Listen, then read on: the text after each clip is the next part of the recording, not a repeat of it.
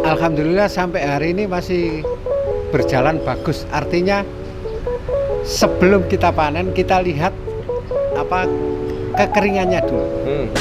Kalau sudah kering siap panen, kita akan memberitahu bahwa hari ini siap panen. Tinggal ngirim nanti berapa kilo langsung cash. Oh gitu kan, karena biaya produksinya juga tidak terlalu. Bahkan kami KTNA ini yang menanggung pinjaman bibit.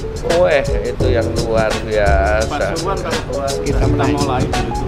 Artinya kalau kita tidak memulai, maka pertanian kita tidak akan termulai. Kalau kita tidak kerja keras untuk memberikan ruang kesadaran dan sosialisasi ke bawah, maka tidak akan muncul yang namanya kedaulatan pangan. Karena petani ini kan sudah mengalami fase yang paling menyakitkan.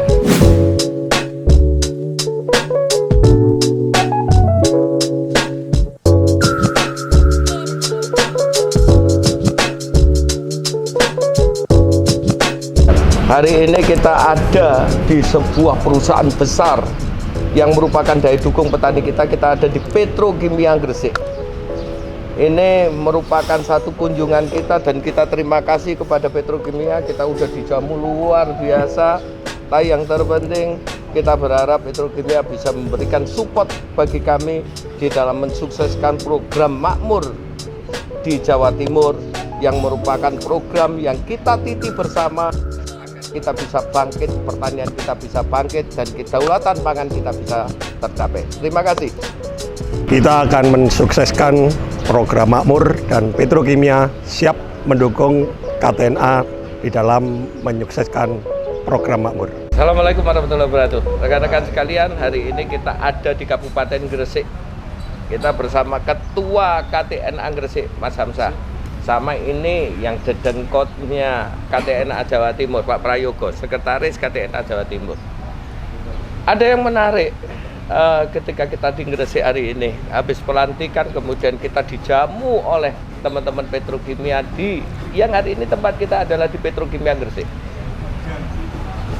KTNA Gresik punya unggulan yang luar biasa, komoditas yang tidak juga ditanam di berbagai tempat, yaitu adalah kacang hijau. Dan produksinya luar biasa, dan ini akan menjadi bagian dari catatan kita yang tentunya ini akan kita duplikasi di beberapa daerah lain untuk pemenuhan kacang hijau yang ada di Indonesia ini. Oke, Mas Hamzah, ceritakan sedikit sejauh mana teman-teman hari ini pendampingan terhadap penanaman kacang hijau. Terima kasih Pak Ketua. Saya ingin menyampaikan bahwa pendampingan kacang hijau semuanya dihandle oleh teman-teman KTNA dan penyuluh pertanian. Kami melakukan pendekatan dengan eksportir kebetulan hasil tani sejahtera. Sudah diekspor? Sudah. Alhamdulillah. Dan ekspornya kemarin sampai 1.600 ton. Wih, luar biasa juga. Ya. Dan diberangkatkan oleh Pak Bupati sama Bu Wabu. Wih, istimewa. Tapi sekarang yang tertanam hampir berapa hektar? Di Gresik hari ini sudah masuk data kami 400 sampai 600 hektar. Wih, luar biasa loh, 400 sampai 500 hektar. Akan ada dua jenisnya itu yang buram. Yang buram. Dan kami sudah ada kesepakatan dengan mitra, dengan pengekspor itu harga perlindungan 14.000 per kilo. Harga perlindungannya? Iya. Per hektar bisa menghasilkan berapa? Baru 2 ton lebih sedikit. Oh, 2 ton lebih sedikit. Tapi ini paling tidak dengan harga yang kemudian ada harga standar bawahnya, itu tentunya akan memberikan perlindungan terhadap petani kita. Iya. Tapi luar biasa sih. Sekarang ini kalau kita ngelihat komoditas kita ini kan agak sepi gitu ya, kacang hijau sepi, kedelai sepi gitu kan. Artinya apa yang dilakukan oleh teman-teman Gresik ini adalah terobosan yang luar biasa gitu. Betul. Yeah. Tapi selama ini proses penjualan kemudian off-takernya, komitmennya sejauh mana? Alhamdulillah sampai hari ini masih berjalan bagus. Artinya sebelum kita panen kita lihat apa kekeringannya dulu. Kalau sudah kering, siap panen, kita akan memberitahu bahwa hari ini siap panen. Tinggal ngirim nanti berapa kilo langsung cash. Oh gitu. Nah. Tidak usah nunda sehari 2 hari. 1 ton, 2 ton, 5 bahkan 500 kilo langsung masuk. Luar biasa. Dan ini cash. Ini loh Pak Prayogo. Inilah yang sebenarnya kita harus lakukan, keliling Jawa Timur. Apa yang terjadi di Gresik bisa kita bawa ke Jember, bisa kita bawa ke Nganjuk, bisa kita bawa ke daerah-daerah yang memungkinkan untuk kita bisa nanam yang mengembangkan ini, gitu loh. Sejauh ini di luar kedelai ada nggak produk Di yang luar istimewa? kacang hijau. Di luar kacang hijau. Sebetulnya Gresik ini ada kemitraan dengan HES, biji kangkung. Oh, biji kangkung. Dan ini sangat luar biasa juga di Gresik. Ya, Tapi ya. yang tidak ikut kerjasama dengan HES ini kadang-kadang harganya juga Fluktuasi ya. Fluktuasi. Jadi sebenarnya Pak Prayogo yang kita pentingkan ini adalah satu jaringan utuh. Iya, satu jaringan utuh. Baik itu mulai petaninya, mulai off-takernya, perbankannya, kemudian pupuknya dan sebagainya. Ini yang memang harus kita satukan sebagai satu jaring yang utuh. Selama itu tidak jadi sejaring utuh, petani selalu kalah. Dimainkan terus. Khususnya masalah harga nanti. Iya. Harga itu harga jaminan betul oleh petani. Iya. Kalau perlu kontrak ya kan harga kontrak. Ada kontrak. Harga kontrak seperti itu. Dan kita ditantang Pak Menteri loh. Iya. Artinya Pak Menteri bilang bahasanya bagaimana Jawa Timur menjadi motor utama.